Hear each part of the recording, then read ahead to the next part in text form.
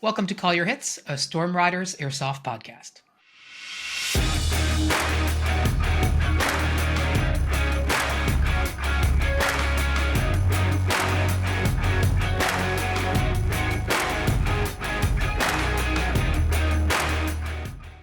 Thanks for joining us, everyone. Today, Pat and I are going to be doing a round of question and answer, although it's mostly questions taken from the Question of the Day channel on our Discord. We're going to talk through some of our answers. Before we dive into that, I want to do just a quick, well, not really shout out, but a quick mention about our Operation Silent Resolve, which is happening basically at the time that this airs, like in 10 days. It's something that I'm super excited about. I can't wait to talk about it on the podcast with the various people who are involved. Chris Cathcart, Nomad One, who's a friend of the show, is actually flying from the United States to this event to help me run it. So he's going to be running one team, the PRN team, as the sort of like HQ element, and I'm going to be doing the same thing for the ACM team. This is, as I've mentioned before, the first event of its kind in our province, and we're really super thrilled to have been able to partner with a whole bunch of different people, including Flamingo, who we know and love, Special FX, Jono, who we know and love, and he's going to be on the show soon to talk more about what Special FX is doing in New Zealand, as well as our main brand sponsors, or I should say retailer sponsors, Trigger Airsoft and Black Blitz Airsoft. So it's really, really cool. It's something that we have been working really hard towards in making happen in our community. And what's really interesting is the interest that has come as a consequence of us doing that, not necessarily for this year's event, but next year's event. So this year's event is going to be we're going to learn a lot of lessons, put it that way. We have a lot of really fun stuff planned. Fun for us as organizers, probably less fun for the people who are slugging it out in the woods. If this is the last episode of this that I record, then they just buried me in the woods somewhere. Yeah, that's right. We just dug him a shallow grave and left him there.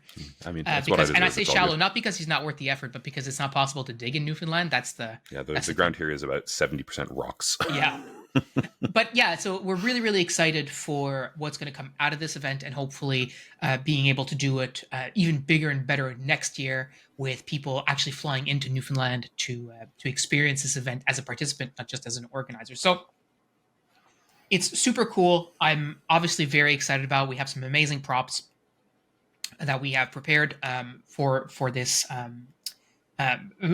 particular use, and I'm really glad to see both teams sort of figuring out their own organization. I mean, you have to remember that not everyone who's involved in this, and indeed most people who are involved in this, don't have necessarily a military background. So if you think about larger milsims in the US, the people who end up on these cadre teams have some sort of real world experience that they can transpose to the game of airsoft. And on the PRN team, certainly Cal and ET have that experience, but on the ACM team, that there's nothing there. Yeah, so to see people sort of stepping up and organizing themselves has been really gratifying, and they're doing way more than could be realistically be expected of them for people who don't have that experience. So I'm very excited to see how all that shakes out. I mean, speaking as someone who's on one of the teams and participating, right? The amount of work that's been done by Cal and ET to just be here's how you should prep, here's what you should be carrying, here's what you shouldn't be carrying. Some really mostly just really practical stuff, make sure you bring enough water. Okay, how much is enough? No, that's not enough. Right, kind of stuff. Yeah. So I've stripped my my chest rig down to 6 mags and a radio pouch. I might put a little pouch on it, a little admin pouch on it for snacks. I've stripped the 203, I've stripped the pistol, I've stripped the grenades for the 203. So it's much lighter than my regular kit. And then immediately counteracting all of the benefit of that in terms of weight is just, okay, so I've got a 3-liter hydration bladder in my backpack. And I probably unusually, I don't know, I just carry my BBs and my loader and everything but my green gas in my backpack anyway. I just leave it there. And so I'm probably in that way more practiced at carrying a pile of crap in my backpack. But You know, rain gear, because this is a rain or shine event. You know, Yeah. one of my favorite. This one I knew from Boy Scouts a million years ago, but like an extra pair of socks in a plastic bag, because man, that is like the shit. Yeah, there seriously. there will be points in your life where you're like, oh my god, this clean pair of socks is my favorite thing that has happened today. Yeah, and one of the things ultimately, and without belaboring the point, we'll move on to Totally. the purpose of this episode in a second. But I think at these types of events, there is a real component of leadership that is being responsible and accountable for your people in a very meaningful sense. When you're a squad leader at a random, like, bigger event that's like a milsim skirmish, whatever, or indeed you could be a section leader or a platoon leader, it doesn't really matter. You're not ultimately responsible or accountable for your people. Whereas here, because of the nature of this event, you absolutely will be responsible and accountable for them. And there's this added layer of, like, it's the leader's responsibility to ensure people are carrying enough water. It's the leader's responsibility to ensure that their players are carrying, appropriate kit, all this kind of stuff, which is much more realistic and probably more akin to what you might see at Milsim West compared to just a random skirmish that, yeah, you have a commander, but the commander isn't really responsible for, like, the mission is not jeopardized if you don't carry enough water. Whereas at this event, like, it is going to be a real problem if someone shows up and they don't have, if all they have is a 500 milliliter bottle of water for the day, for example. um, that's going to be a real problem. And of course, we have contingencies for that, like on the admin side. But like, that's something that people need to consider. So ultimately, I'm very excited because I'm hoping to see lots of people in our community rise to the occasion. Never having done something like this before, I think it's going to be a truly unique experience. I've said it before. I think many people are going to hate it. I think some people are going to love it, and most people in the middle were like, will probably end up somewhere on the spectrum of like, I'm glad that I did that, but I don't want to do that all the time, right? Which is sort of where I'm hoping most people fall. Yeah, I mean, like, it's one of these weird things where, like, I like a day hike. you know, Mm-hmm. we'll see how I feel about a day hike through the brush with all of my airsoft gear strapped on. Additionally, but like, at least at a minimum, I'm like Phil and I've talked about the fact that, like, I have some. I find the idea of a 10-hour game a little daunting, like, not in a negative way, just like, oh yeah, this is going to be a new experience, but also like, ooh, that's a lot. Mm-hmm. But also, like, I'm excited and nervous because new things, Yeah. but yeah, it's definitely going to be one of those, like, well, I suspect that the fact that I'm a stubborn person will probably be helpful. Just Yeah. Yeah, it's so interesting. I was talking to somebody about this randomly, but like, like the whole David Goggins, like, stay hard stuff, right? That's just know your why. But for people who, are fancy themselves military types. And know your why is just being stubborn for people who are more like into yoga. And like, that was the whole meme, but the whole idea is exactly that. Like, whatever it is that you need to keep you in the game, whether that's stubbornness, whether that's, thinking that, you're hardcore, or, you have a really good reason emotionally that drives you, whatever that is, right? And you might say, well, 10 hours on an 18-hour game is on a 24-hour game. Yeah, that's true. But for people who've never done anything like this before, like, this is definitely a huge step. Like, this game is twice as long as the longest game that anyone else has ever played. And most of the time, they're gassed after 3 hours. So yeah, it's well, going to be interesting to see how all that shakes out. and like, people are used to playing in a space where, like, go go go go for the first 2 hours can get you the win, Yeah. and like, if you go go go for the first 2 hours of this, if you're on the You're going opposing to be gone, if gone, gone if for you're on the the other opposing team eight. and you do that, Yeah. great. Yeah, exactly. Like, not actually, but it'll make my job easy. Yeah. All right, so let's move on from this and let's get into this round of Q&A.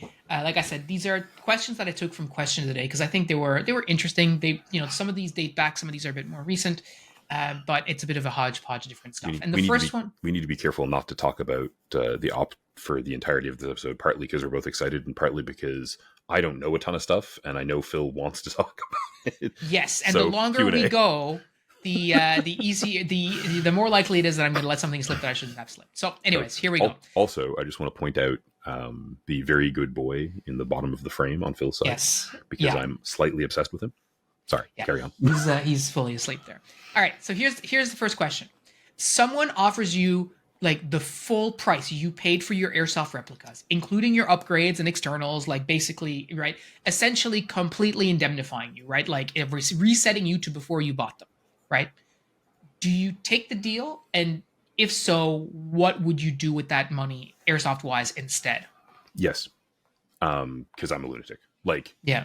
I think there are pieces of my kit, like, so I guess I should define the fact that I think I'm cheating a little, because like that doesn't include my tank and my reg. Mm-hmm. But I mean, realistically, if you're handing me full like cash dollar value for those two, all right, shag it.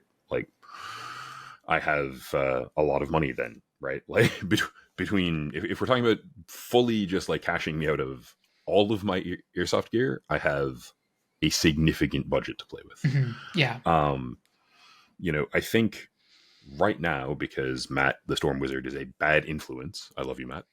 Um, I'd build a different HPA long replica. Like not a hugely different one.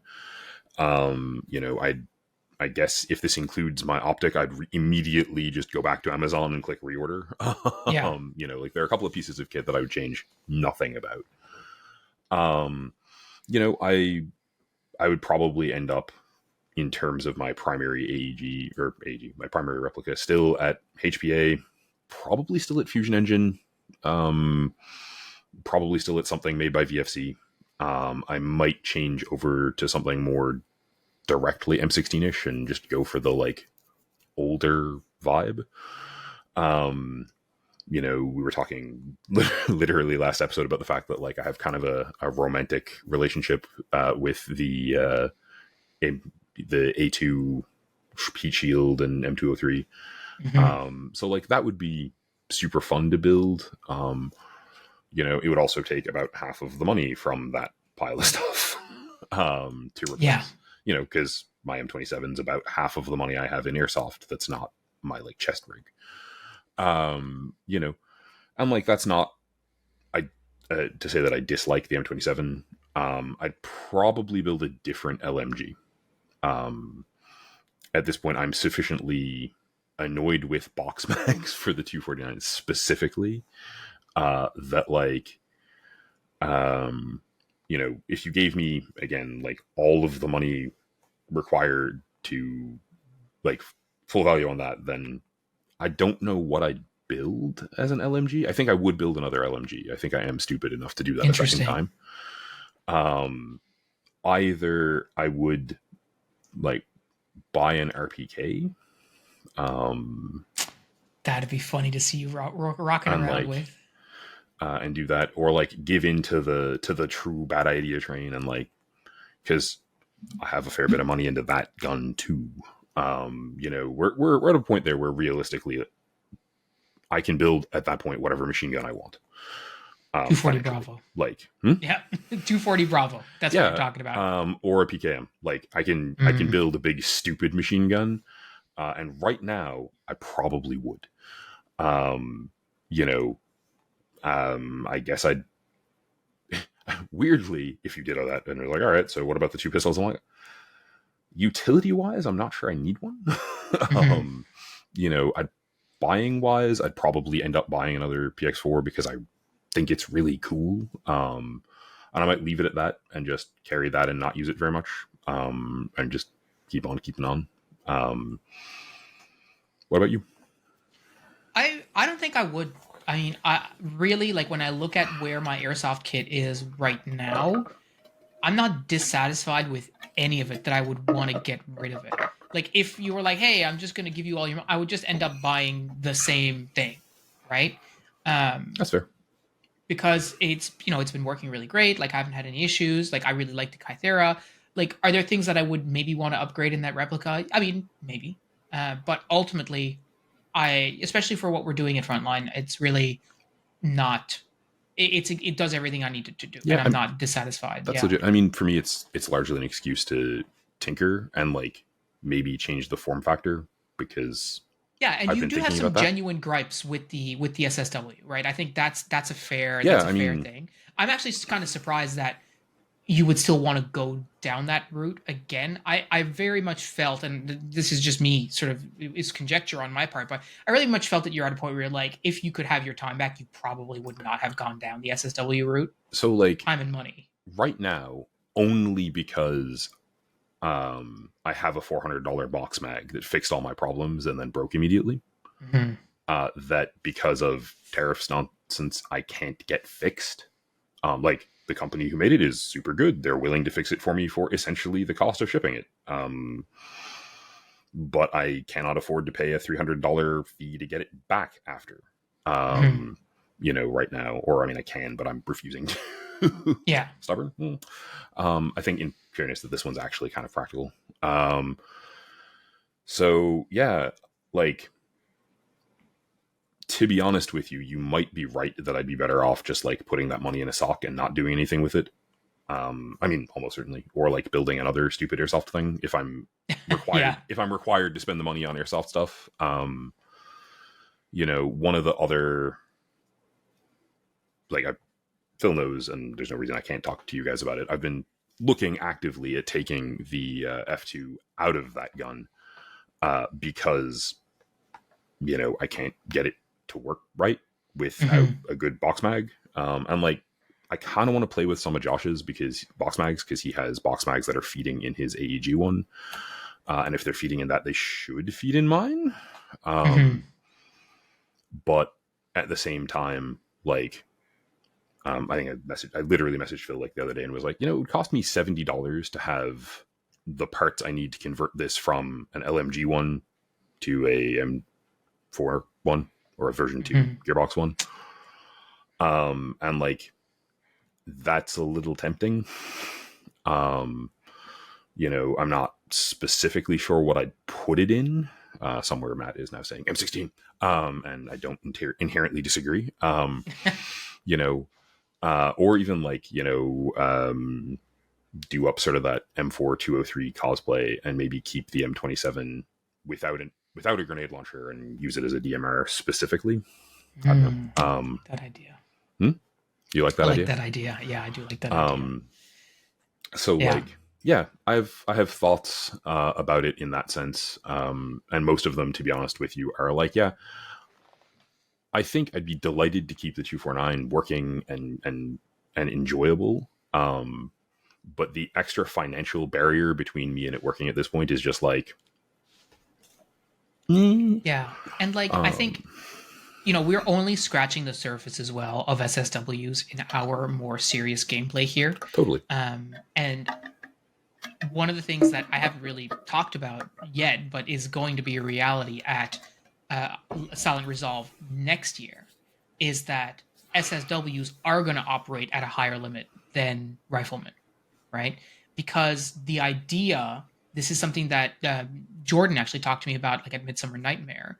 The SSWs run at higher limits because it makes them more effective and it makes them more dangerous and it makes the fire from them more effective. Yeah, right. I mean, like, so like typically same sort of deal as a DMR, like minimum engagement distance, like no like long bursts or anything like that. But not that you're doing bursts with DMR, but you know what I mean, right? Like you put restrictions on it, but you give them that higher energy limit so that the SSW can. And I think in that context, with us with the experience having sort of built up of Milsim over the years, I think at that point SSWs are going to become like a really significant factor. Like I think for this op, one of the teams only has one, and the other team only has two. Do I think that's going to be make or break? I don't think so. But if they were operating at DMR limits, that's a different conversation. So like, yeah, I mean, if you think about the game we played last weekend, where I was in an elevated position firing down into the village, right? Like it was windy. I wasn't getting good effect on target, but I could put people in cover and keep them there because just, and mechanically, there's literally no difference between my M27 and the equivalent barrel length HPA'd anything. Yeah, so, exactly right. Like one of the things that is interesting to me there is like, I think I could in that context, make a 240 Bravo wildly unfair and unfun for my opponents, which is, enjoyable. Like not in a sense of, Contextually. yeah, like not in the sense of ruining people's day, but just like, I think I could make it into a thing where people would be like, oh, good God, I'm going around. I do not want to deal with that. Yeah, and I think that's the whole idea, right? Especially if people understand that, hey, your SSW is shooting DMR limits. You're like, okay, so now I got to worry about the DMRs and the SSWs. You hear the full auto going, and you know that there's only one thing doing full auto on the field right now, and that's an SSW. That increases the head down factor, Yeah, right? this does some morale damage, right? Like, Yeah, exactly. I would never do that at frontline because the field is too small for that. Like, but for our larger milsim for Silent Resolve next year, Silent Resolve 2, definitely is going to be cards. the 249 as it is right now in the other room, running off of 200 round Stanag mags, which was a shitty way to run it, was oppressive at frontline. Yeah. Right. The other thing, honestly, at the end of the day, is like, if we look at what our team has access to, right? Like the Storm Riders, we've already got one other LMG. So I'm not strictly speaking convinced that I need to have one. Yeah. I don't know. Certainly not if it's going to cost you $400 to get yours back in yeah, well, exactly, right? Order. Like, the the fact that the cost to buy the M16 and the cost to get the 249 sort of working, if it doesn't break again, are parallel, is like, oh, that's icky. I've been looking at Hop Up because I love staring at stupid things that I shouldn't buy, and like poking at what I can do with the F2. And one of the cool things about the F2, like as a genuine positive, is it'll go in anything. Right? Like if it has a gearbox, I can put that in it. Looking a little bit at like MP5s, again, not seriously, but like they're neat. It's different. It's not something I've done. I'm like, I guess, part of building the LMG was, can I make it work? Yes. Okay. Done that. Now you can move on. Well, and there's genuinely a point where I do have to go, okay, do I want to spend another, $300, $400 or $500 getting this doing what I want it to again? Or do I just go, okay, like from a teching point of view, check box, mission accomplished. Let's go fart around with some other thing because I'm still crazy. Let's be real. Anyway. Speaking of moving on. Yes, sorry. But also still speaking about fully automated fire in a way. This next question, do you think there's such a thing as shooting too much or too little in a day of airsoft? And here we're not talking about like overshooting people, but in terms of strictly BB expenditure. Like, is there such thing as too much or too little? So like, sort of. Okay, great answer. Love it. Yeah, right. So it depends on what you're running and what you're doing and like your budget, right? So if you're showing up to an airsoft game and you can only afford to shoot one bag of BBs a month, right? Just for argument's sake, you have 2,000 rounds for the month. That's your budget. Shoot judiciously, right? Yeah. And like really, I will assume for argument's sake that you're not running an LMG there. That you're running some sort of, carbine-esque thing. Really my answer is just, use semi-auto. Like I don't burn through, I burn through 1,000 rounds in a weekend, if like in an afternoon or morning at frontline, if I'm shooting sort of my normal amount, less if I'm on DMR. Like if I'm using my replica as a DMR, then like I don't need to shoot a lot to do the thing. Yeah. I think, in a 20-minute game, I rip through 2 mags, and I'm not like not shooting. I'm, it's just, that seems like a fine amount of ammo expenditure to me, even at the higher cost of the .36s that I'm running. If I were ripping through a bag of .36s every time I went out, that would start to be noticeably impacting my cost of play, right? Yeah, definitely. If you're looking at an LMG, boy, do I have, and this is another, this really does loop back to the last question, but like, expect to burn 2,000 rounds in a 3-hour game of airsoft. Yeah. That's what you're signing up for, right? Like, so I, you know, another, like, again, I can afford to do this, but like another thing that sort of, affects my thought process on that is, like, okay, so if I rip 2,000 3,000 rounds a game, okay, then my budget for ammo starts going up. Correct. Yeah. You know, it's not so much a like, oh, is that too much? The games where I've run it and done that, no, it was not too much. It was great. Yeah. Like, it's a laugh, but it's a factor there. If you're shooting a really like dialed in higher end, regardless of whether it's HPA or spring or whatever, bolt action, a lot of BBs there is like, man, at what 0.45 ammo costs, 100 shots is like, ooh, yeah, your budget starts to sting a little. Outside of budget, though, You I think if you put budget aside, because yes, we have people who have to decide, like, hey, am I buying a bag of BBs at the field, or am I buying lunch for that day? Totally. Like, that, for sure. And in that context, absolutely, right? Like, you have to think about that.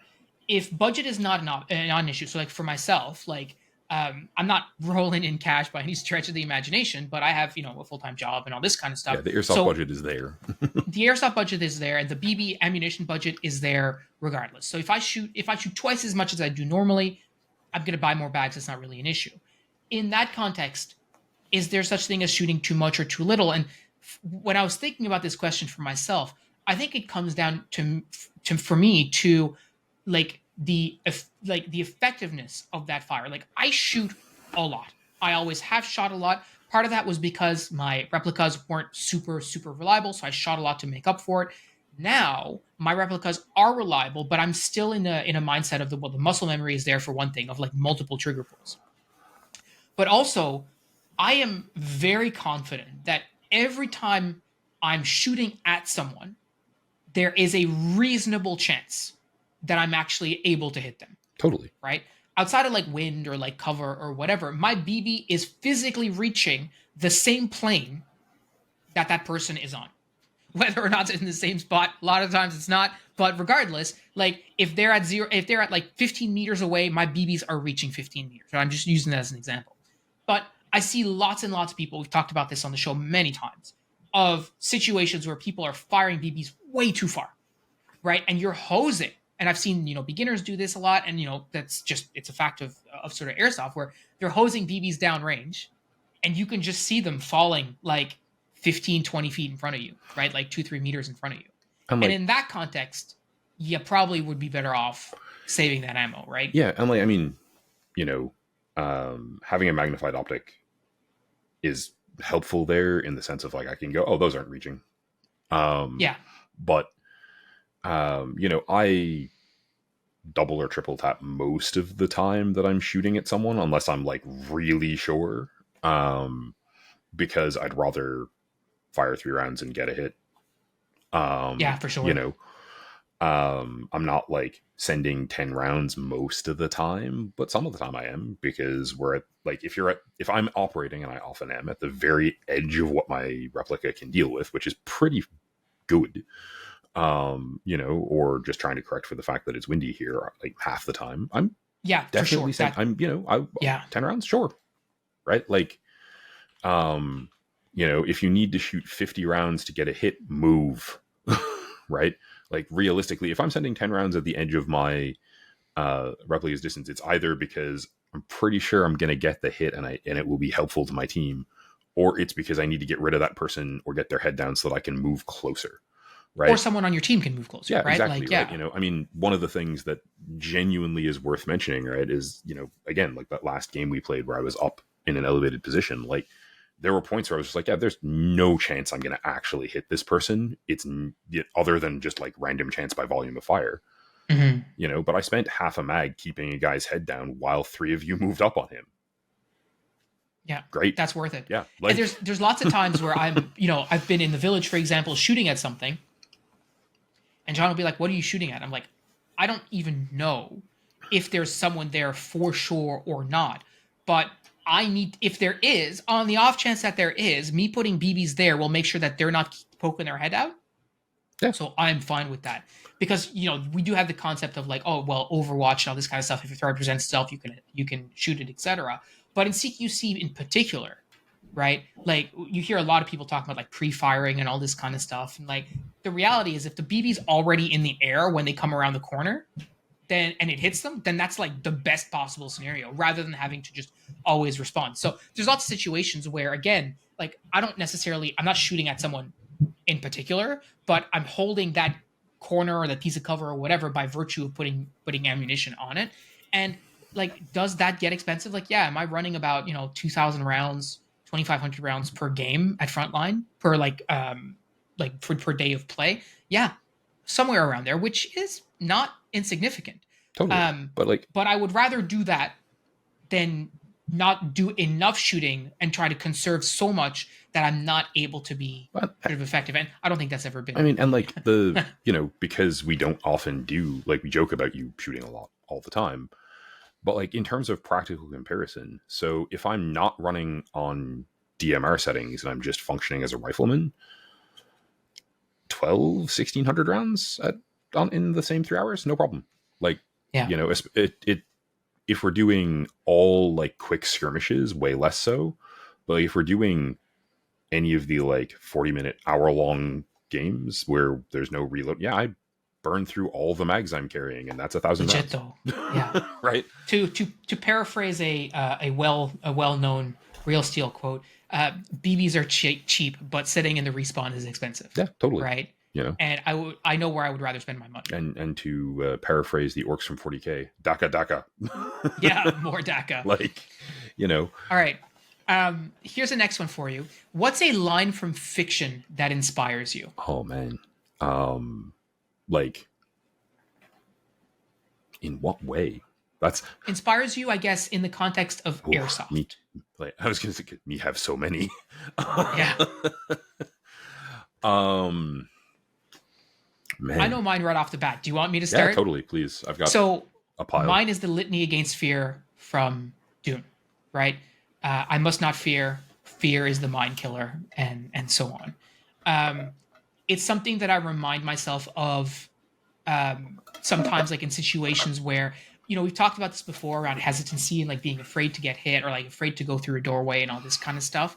And I always try to remind myself that like um, when you peel away all the fear that's associated with that, it's not real, right? Everything continues, right? Once it passes, over you and through you, only you will remain, right? And so that's something that I try to remind myself. It's like, hey, I'm going to go through this doorway, and if I am very fortunate, I get, like, for example, when we played in Belgium, we're going into these tunnels, and there's a whole train of people behind me, and my head is empty, and I'm not thinking, I'm just doing. I never have to worry, Yeah, man. right? But as soon as my active brain turns on, he goes, "Oh no, you don't want to do this. This sucks. This is dangerous. You're going to get shot, etc." And that's the point where I have to be like, "Hey, you know what? Just head empty, right? Fear is the mind killer here. Don't worry about that.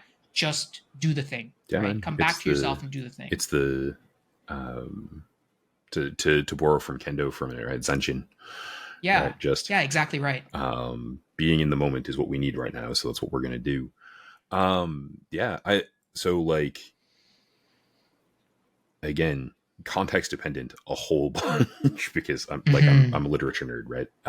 Yes, of course. That's why I love this question for you. Hey, we found a question's impossible for Pat to answer. Yeah. 10 out of 10. It's funny because like some of it is very mindset-y to me. So like, when I was running a lot, and like still when I'm trying to push through like fatigue, so you will see people in a whole bunch of sports and a whole bunch of other activities doing sort of like rhythmic chanting. And this is especially weird because like they're not a faction I particularly like or have ever played or am ever going to play in 40K, and it's weird for me to be pulling 40K quote first, but genuinely when I'm trying to just like grind through something physical and trying not to get in my head, because not quite like the fear is the mind killer thing, but just like the like, the last 30 minutes of a run where you're like, I could stop now.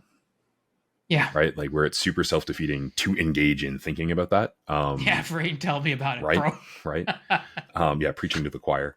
The Iron Warriors, who are like this brutal, grindy siege asshole faction in 40k, have a chant "Iron within, iron without," and Hmm. just rhythmically that works pretty well to keep me going because it gets me out of my head, and it's yeah, one foot in front of the other. Which is yeah weird that like is one of the first ones that comes to mind there.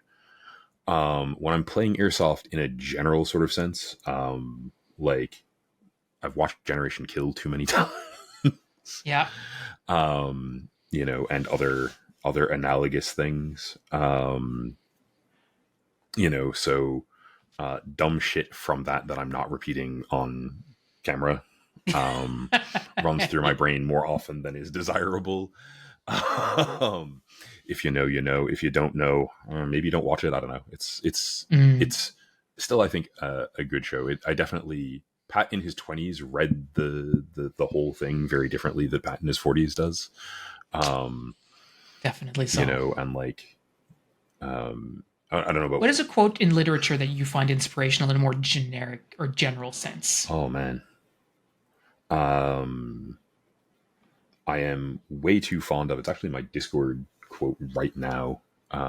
We are only what we pretend to be, so we must be careful what we pretend to be. Um, you know, in terms of my specific, my as anyone who's a long term viewer will know, like my idiom is talking about myself as though I were the villain in a story. Hmm.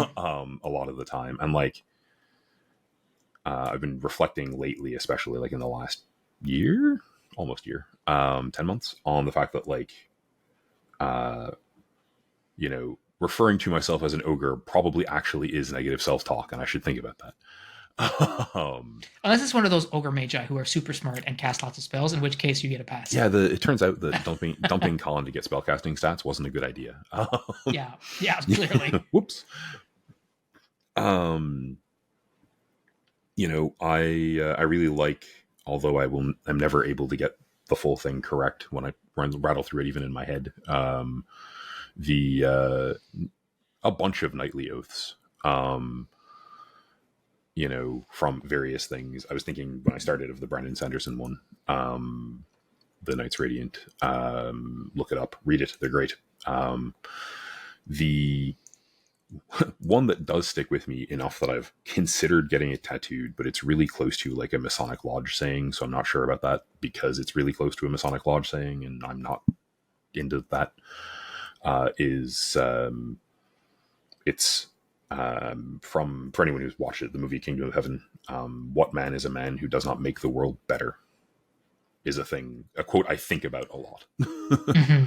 um, It's so interesting. Just as a side note, I was watching uh, someone like some protesters in Japan or whatever. And there's this old Japanese lady. The guy was asking her, "What do you really think that your voice is going to change anything that's happening in the world?" And she said, I've thought about this a lot, and it's less about my voice changing what's happening in the world and not letting the world change my voice."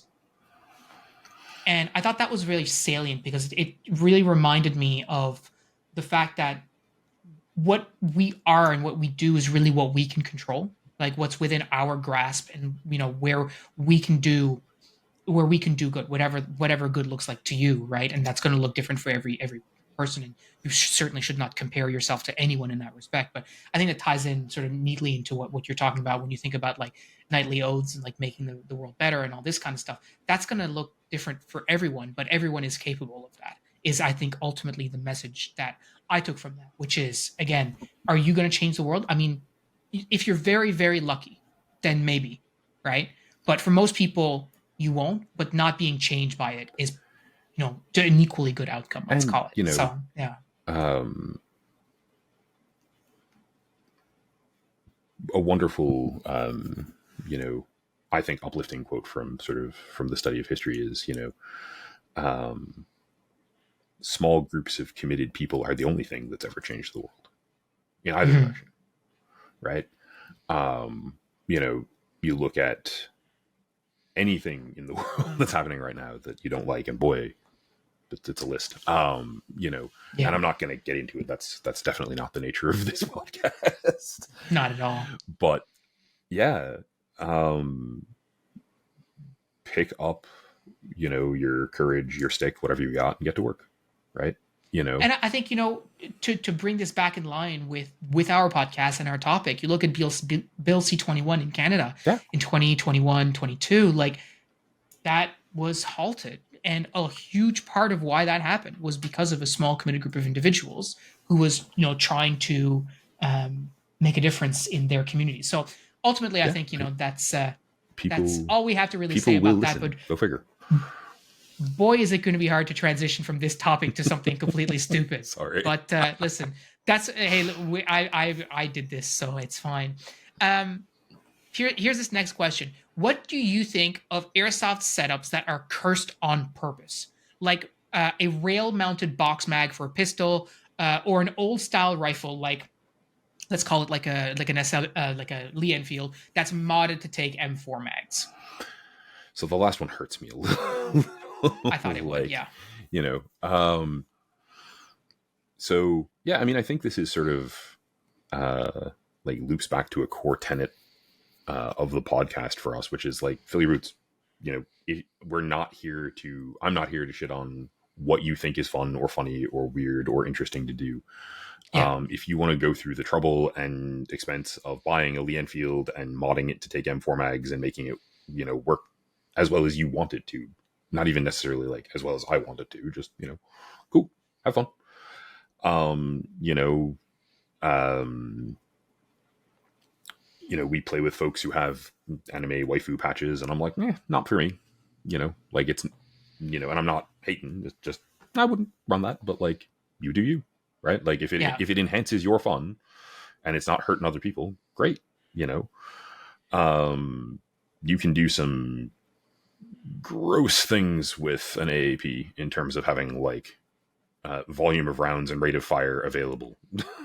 you know, Yeah. um, some of them like there's been on the Canadian buy and sell a like drill one, like it's Yeah, you can get a Makita drill kit. yeah, Yeah, I've seen and those. like That's crazy.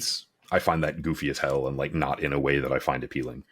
Um, but like if you want to rock it and it works for you, you can make it effective. And I care more about that than I do about the optics of the thing. Like, I would rather run an M4 than an AK because I think they're cool. Yeah. Like, I don't care if you make your gun as cursed as you want, even just doing it to troll me or troll other people or whatever. Like, I really don't care. Like, if you find that fun, then great. Now, if you're asking for my opinion about whether or not it looks good or cool or whatever, that's different. That's a different conversation. But is there any issue with people doing that? Yeah, I mean, Like, there are a couple of people locally who run like builds based on the hot pink and like hot pink chrome G&G M4 thingy. yeah, And like, I guess there are people who'd be like, it's cringe. Whatever. Like, it's very distinctive. It's very cool. It's a bit on the speed soft side from a practical point of view. So like, I can't say that I feel like it helps them hide in the woods.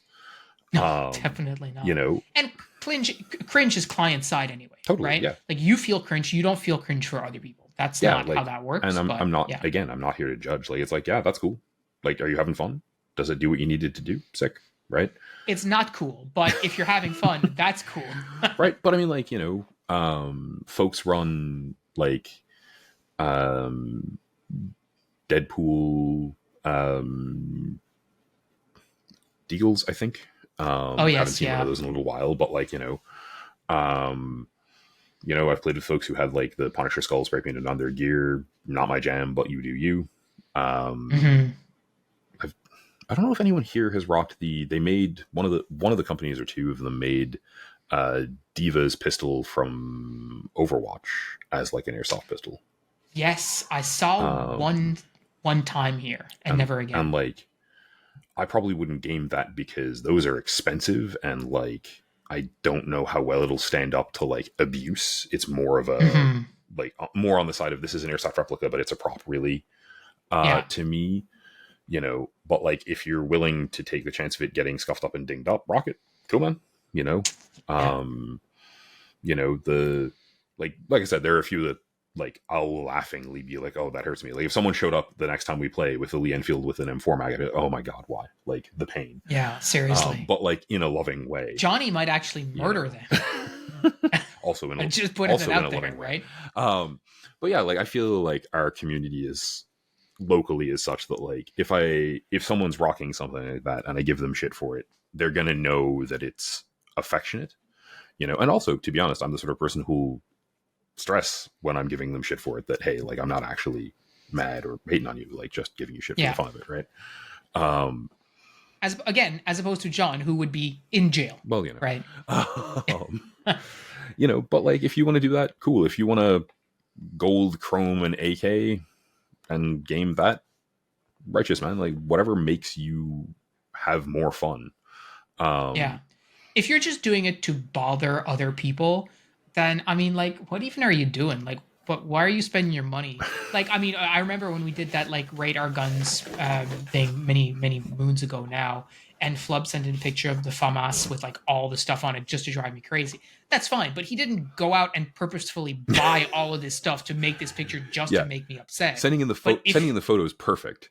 Buying the FAMAS and all this stuff to put on it to life fill, probably a bridge too far. But like, in fairness, to be completely honest with you, if you have the money to do that and you want to spend it on lifing fill, all right, I mean, yeah, like, fill your boots, quite literally. Right? But yeah, I think there's a lot of stuff that we've seen that you're like, oh, I wouldn't do that. But again, I'm not that person. It's not up to me to decide whether it's good or not. Yeah, like there's nothing wrong. We definitely with just trying the weird stuff. Yeah, I mean, we definitely give a lot of recommendations on kit stuff in a we use this, we think it's good way.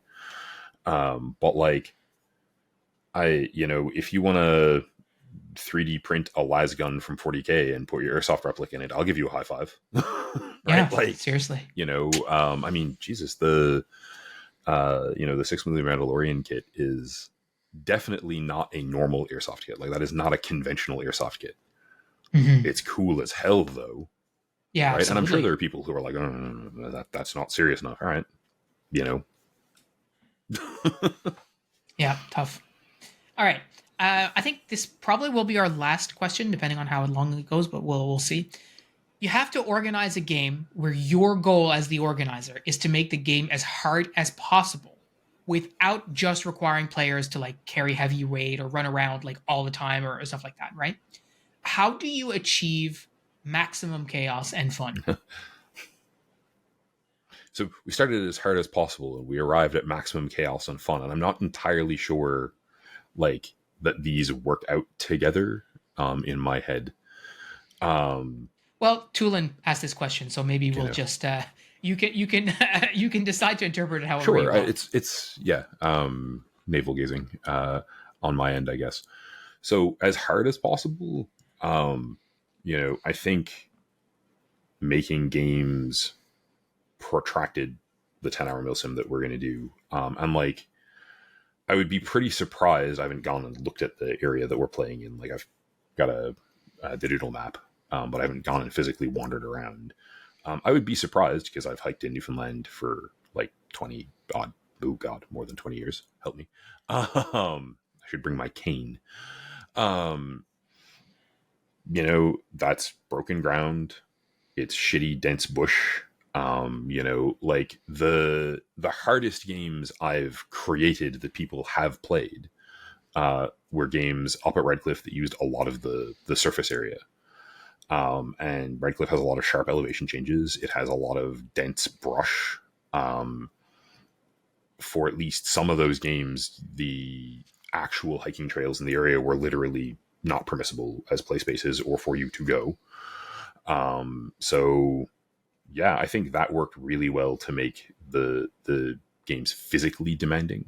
And some of those were, 5-hour games. So like 5 hours of hiking across broken terrain with sharp elevation changes is work. So like those also, I think, like the feedback I received was very positive. So people had a lot of fun doing those. The experience of trying to move around in a larger area, not knowing where the other team is with a relatively small group of players on both teams, creates a lot of tension, right? Just there's genuinely a lot of like, you don't relax, right? You are tense. You're like, okay, moving, trying to stay low, trying to stay out of sight, trying not to make too much noise. Don't know where don't know where any of the enemy team is at times. Don't know where all of the enemy team is ever. So yeah, that's really positive, right? Like that's challenging. It's fun. It's interesting. Airsoft at frontline is it's very trigger time fun, right? Like, Yeah. you shoot a lot. You get a lot of doing that as part of your gameplay. In terms of adding chaos, I think this is actually not mine, it's Phil's, but like he's done it. It worked really well in that context. Having people try to do like observation of like, go to this place, which overlooks, like, go to site A, which overlooks site B, look at site B, see a thing that's there that has some letters on it, read those back to your commander across the radio. Like the degree to which people had difficulty with that was astonishing. Yeah. Yeah. And I say that as one of the people who was playing that game and who, like, at the time I wasn't running a magnified optic, but I carried a pair of binoculars for that game. And they were super useful, but also it's genuinely a little hard to rip off like 6 letters and 3 numbers in a sequence on the radio while someone is shooting plastic BBs at your head, right? Like, the adrenaline spikes and your brain goes, but that was a fun experience for me. And it was a fun experience for those other players. I think, the last operation game we had, Phil had pyro and had quite a lot of fun, I think, running around making loud noises. Yeah. And like, that was uncategorically a thing that added fun. We hadn't done it before, but it was also like, like the first time one of them went off, I was in the parking lot and I was like, Yeah, so are the neighbors. That's why they called the police. That's another story. I maintain my feeling that is a them problem.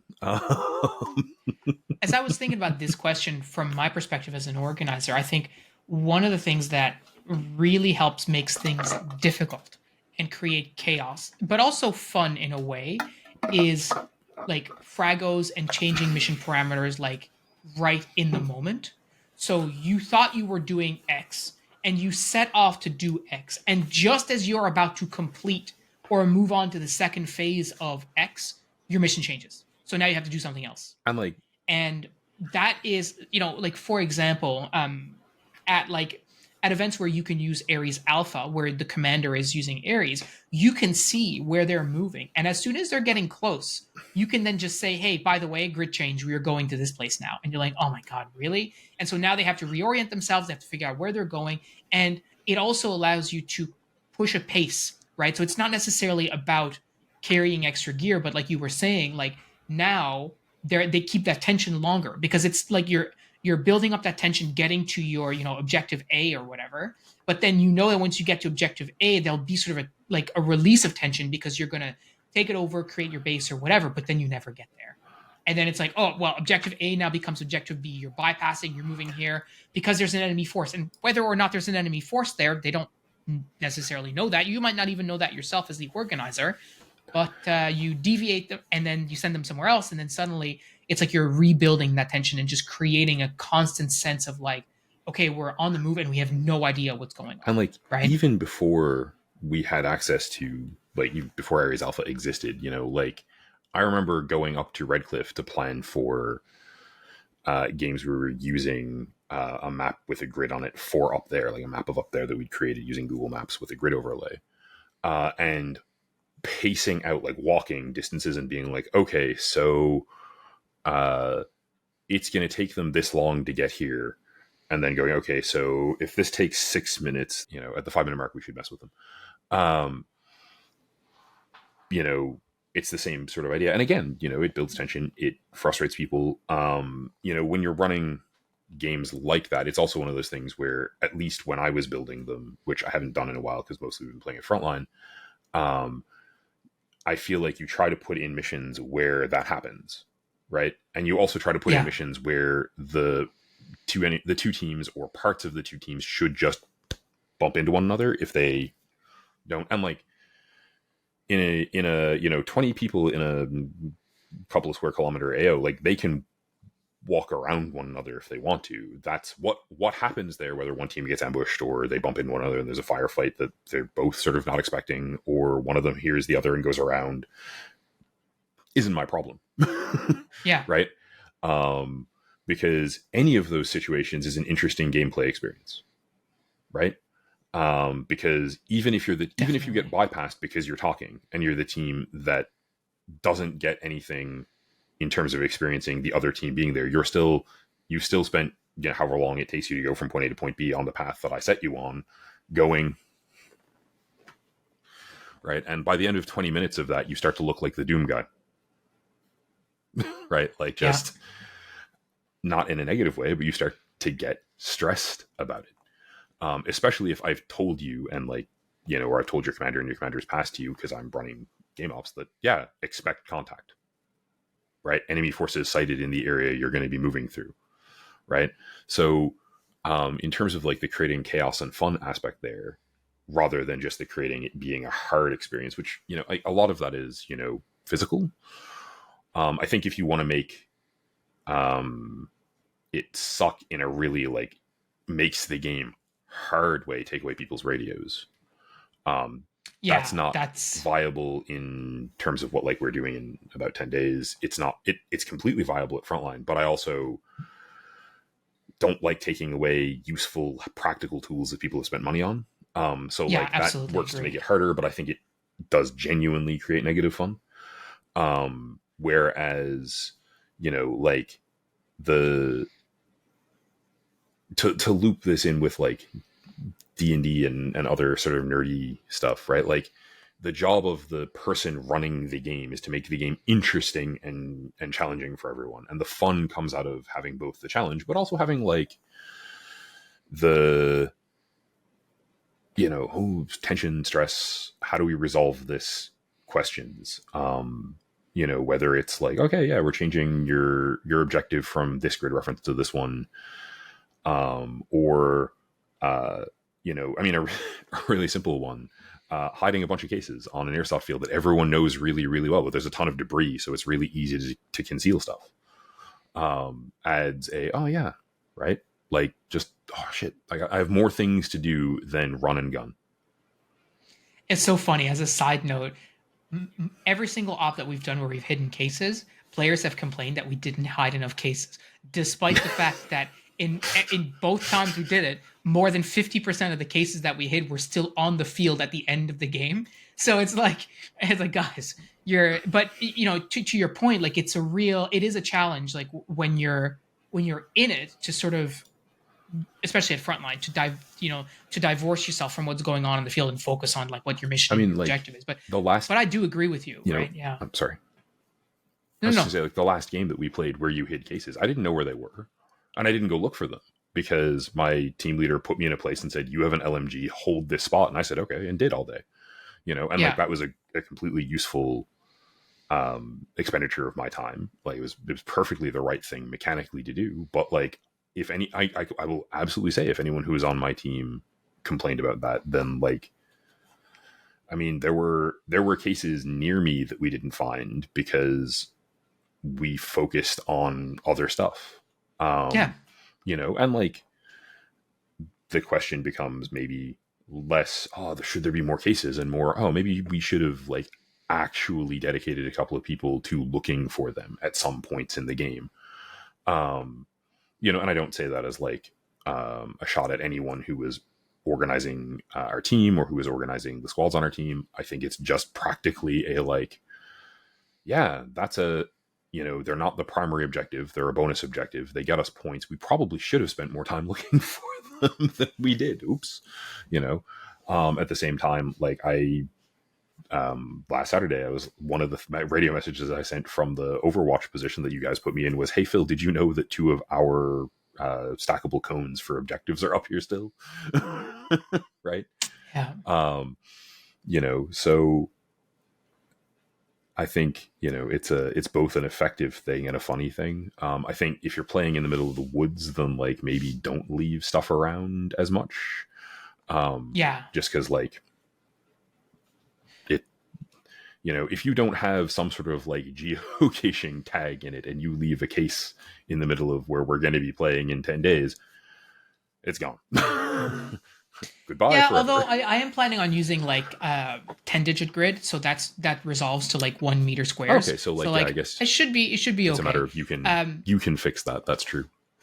but one of the ways that you can make the game difficult for people is to instead of using like a battleship grid like we've done before, do what I've done, which is using MGRS, right? And if you MGRS is not complicated by any stretch of the imagination. Like it is quite easy to understand, but you do need to understand it. And if you don't understand it, and someone reads you a 10-digit grid, right, and you don't know what easting and northing is, and you don't know what the difference between a 10-digit grid and an 8-digit grid, or an 8-digit grid and 6-digit grid, like what the difference means there, and then also how to look at an MGRS map or an MGRS grid, and then plot that 10-digit grid. I mean, within reason, like if you unless you're using a protractor, it's hard to be very accurate. But regardless, like how you're going to plot that, like it can become very difficult. And so for the ACM commanders in particular, because Cal was an infantry for his is an infantry for his career, and ET did that for his career too. They are both very familiar with MGRS, but the two commanders on ACM are not. And so I had to do a bit of a crash course and give them like a video to go watch and be like, okay, so you use this app and it gives you your 10-digit grid, and I give you a 10-digit grid. You can like basically do the math, subtract them, and figure out how many hundreds and tens or digits of meters you need to go in either direction, either north or west, north or south or east or west, depending, etc. And then you can move around that way, and they're like, okay, cool, yeah, that's But fine. So like that's one way that you can make a game oh harder yeah, for but I mean, people it's is introduce real world like things, navigation and or factors that require them to educate themselves about things that really outside of the game of airsoft you probably will not, unless it's your career, you probably not need to know well, and I about it, mean, like right? one of the things that's on my list of stuff to pack for this that I have literally never brought to an airsoft game is I have a compass, because you're gonna need ask me to go east at some point. Your phone has a compass too, just FYI. Sure. Does my phone have service in the middle of the woods necessarily? Your GPS does, yeah. Okay. Well, like if it works, great, but I haven't gone to where we're playing, so I'm gonna bring an analog compass, or Yeah, so alternately you my can actual GPS, one of the two. well, see what you can do actually. This is what I recommended for anyone. If you're listening to this podcast and you're going to Operation Solid Resolve, go to Google Maps and download the offline map to your mobile device. And your GPS works where there's no signal, so you can navigate on the map offline with no service. That's what I did when I went to scout out the area, because I didn't know it at all. So I just downloaded the map and off you go. And then you have other services too that can report your MGRS grid down depending on the resolution, depending on like satellites and stuff like that. But there's one that's like a CAF sanctioned one actually that it just has a button that says grid finder. When you hit the grid finder, it gives you your whole readout for your grid. So for us, it's always 22 TCT and then your 10 digits right after that. Wherever you are. So again, like if you're not sure where you are related to where you're supposed to go, you just look at your grid and you're like, oh, okay, well the difference. This tells me I need to go 153 meters east and 23 meters north. All right, Yeah, perfect. that Right, sounds. and then it's up to you to figure out those distances and stuff and how you pace them out and all this kind of stuff. That's another kettle of fish, as we say. But yeah, that's certainly one way that you make things harder. You introduce these real world aspects that people are not familiar with, or big boy terms, right? Big documents that they have to read. This is all things that to come full circle on this episode. This is all stuff that we've included in Silent Resolve to give people that sort of like mil sim experience. It's like this is what a milsim like ConOps document looks like. This is what an MGRS topo map looks like. When we're using all these acronyms because that's what is expected, in all these communications. Like there's they love acronyms in the military. So then you're getting ready to step off at 100% MWE, and if you don't know what that means, well, thankfully we put a glossary in there for you to help educate yourself. But like all this kind of stuff, adds to the complexity and difficulty of the event without necessarily taking away from the fun. Because there's a lot of ways, like you were saying, that you can make stuff harder that doesn't actually make it more enjoyable. Yeah, totally. And Right? like, one assumes, right? Not that I guess I'm supposed to assume, but like, if you've signed up for this milsim, either you want that sort of simulationist play, or you're at least looking to learn and try it. You know, Or you don't know what you signed up I for, mean, which I think is the case for at least a couple people. yeah, and I mean, if at the end of the day the answer is, I guess you show up and you're like, well, I haven't read the documents, I haven't done the prep work. Um, like, I don't think you're inherently going to have a miserable day. I hope that's not the case. Yeah. But I think you're inherently going to have a harder day than some people. Like, Yep. I think this is genuinely one of those like RTFM kind of things. Like, there's a book. You were handed a pile of documents. If you don't sit down and put an hour into reading them, you may be making an error. Yeah. And like, Yeah. um, I have read them. I need to read them again. I would like them to be in my brain good. That doesn't always happen the first time I read stuff. Yeah. I don't even think I'm alone in that. But yeah, so like, and like, I know, um, I'm perfectly comfortable like requesting clarification from and like leaning on Cal and ET about stuff. But I also Mhm. know that like, looping back to that like stubbornness thing, right? Like, the thing here that I'm stubborn about is, talking about again, like, find your why, right? I'm playing with a team of people, most of whom are like, a bunch of whom are my friends, who are people I like. I'm motivated to carry my weight, right? Yeah. Like, I'm stubborn. I'm not going to tap out unless I'm too ill to continue for some reason, because I'm on a team doing the thing, right? Yeah. And that's just not how I do, or how I want to do. So yeah, um, Who's going to carry the boats, yeah, right? That's right. Just, yeah, like, if it's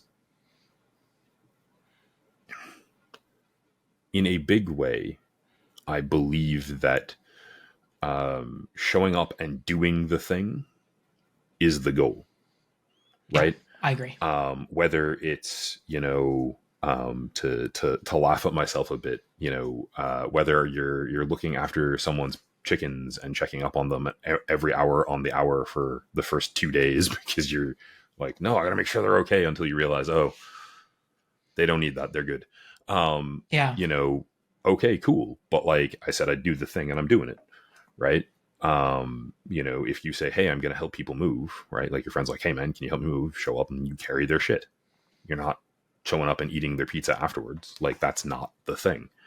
Yeah. um and like, I mean, that this is very where I live, in a work kind of place, right? Like, if you want to do the job I do well, you show up and you look after people and you make sure that shit gets done. And whether I want to be the first person to go, okay, yeah, we got to move 1,000 chairs. Oh yeah, great, right? Doesn't matter. We're Yeah. The want doesn't factor Yeah, into we're it, we're right? Like here. I We're doing think, it. especially when it comes to doing hard things, as a final word, I guess, on all this kind of stuff, like whether it's, like ultra marathon, like did I want to do an ultra marathon? When I was sitting on my couch, it seemed like a great idea at the time. But once you're 5 hours in, you're like, this, I don't want to be doing this anymore. In the same way that if you're doing this, 10-hour airsoft event and you've only ever played 3 or 4 hours at a time, there's going to come a point where you're like, I don't know if I want to do this anymore. It doesn't matter. Want doesn't factor into it at any point, unless you have some sort of like physical thing that prevents you from carrying on, which is a completely different situation. But like if other people are relying on you, or even if you yourself are relying on yourself to get this done, want no longer factors. It's a matter of, we're doing this. We got to get it done. Right? Job's not done. Right? You got to carry on. And to your point, like it's easier in some cases to find that motivation when you have a whole group of people depending on you. And whether or not they're actually depending on you, especially at an airsoft game, yeah, it's a bit of a stretch because like if you leave, what's going to happen? Oh, they might lose. Okay, great. Sure, but like, You're right. But nobody's going to lose their life, so sure, really, like the stakes are lower. But it's not about that. It's you made a commitment to yeah. people, So like, I'm right? not, if I, like, I don't plan on doing this. I've done the prep. I have the hydration bladder. I'm going to buy the electrolyte stuff. Like, um, but if someone heat casts out, I'm not going to be pissed, right? Like, Yeah. if someone's like, oh man, like I have huge blisters on my feet and I can't deal with it.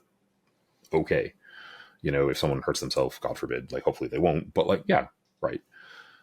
But if someone goes, man, like who's on my team, I'm tired and I don't want to do this anymore, then to be honest with you, I mean, like, because not that I'm in a leadership position, but because this is how you should interact with people in this kind of context, my response is going to be like, hey man, what can we do to keep you here? How can we get through this? Right. Like, Yeah. 100%. Yeah. The whole, shouting at them to like man up is definitely not going like, to solve this problem. It's no one's, shouting people to man up is not a good response anyway, but no one's fucking paying us to be here.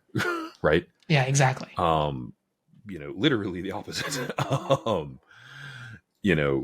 But yeah, it's a matter of, I have decided I'm going to do this, right? This is the start time. This is the end time. Until the end time, I'm going to be doing it.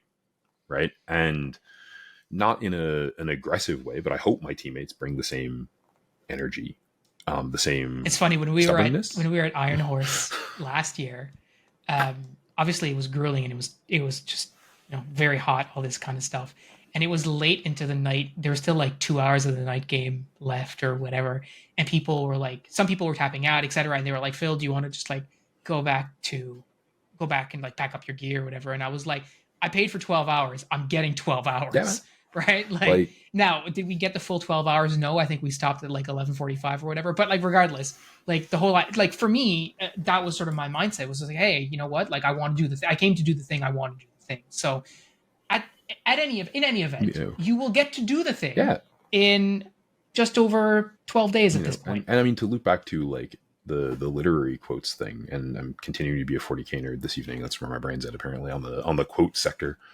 But like, no backward step, right? I am not here to walk away from this. I'm not here to give the other team ground. I'm not here to make their day easy. That's not the plan, right? Do I want them to have fun? Absolutely. Am I going to make it as difficult for them to win as possible?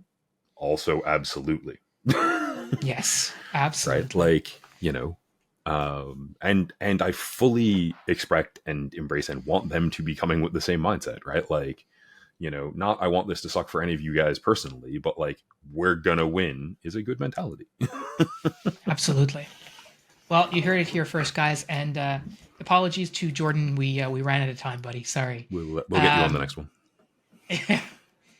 Thanks. That's all we've got for you this time. Hopefully you found I still have a couple questions that we can look at next time.